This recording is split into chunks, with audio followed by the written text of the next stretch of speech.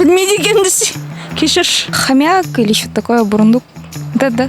Ой, қойыңыз, Мұхтар Әуезов. Я Мухтар Әуезов. Хорошо учишься, да? На 4-3. Ага, нормально. Я тоже так учишься. Blackpink. Сәлем достар, менің атым Амир Болат. Бүгін біз Астана қаласының қақ ортасында адамдардан, мына суреттегі адамдардан сұрап өтетін боламыз. Ендеше бізбен бірге болыңыздар. Біз бастаймыз. Бірінші суреттен бастайық. Бұл бізде...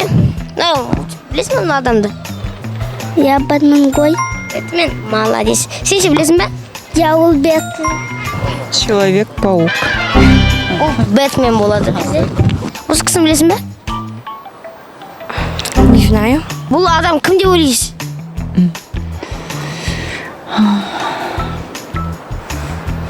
Білмейді екенбіз. Кешір. Школда оқыған, білмеймін, қалдым уже.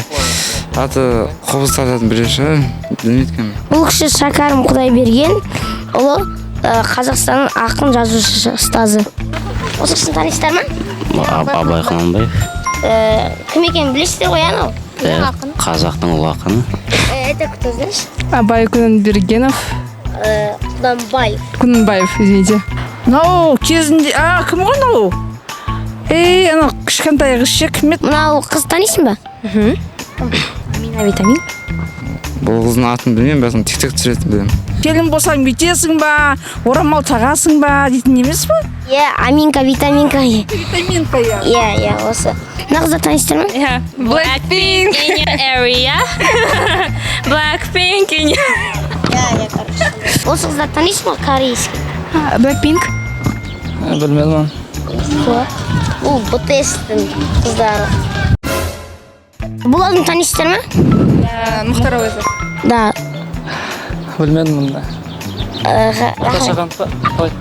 Мұхтар Шаханов па? Жоқ. Мұхтар Әуезов. Танимыр аға, есімін ұмытып тұрмын. Шәкәрім Құдайберген Абай жолын жазған адам. Ой, қойыңыз. Мұхтар Әуезов. Мұхтар Әуезов.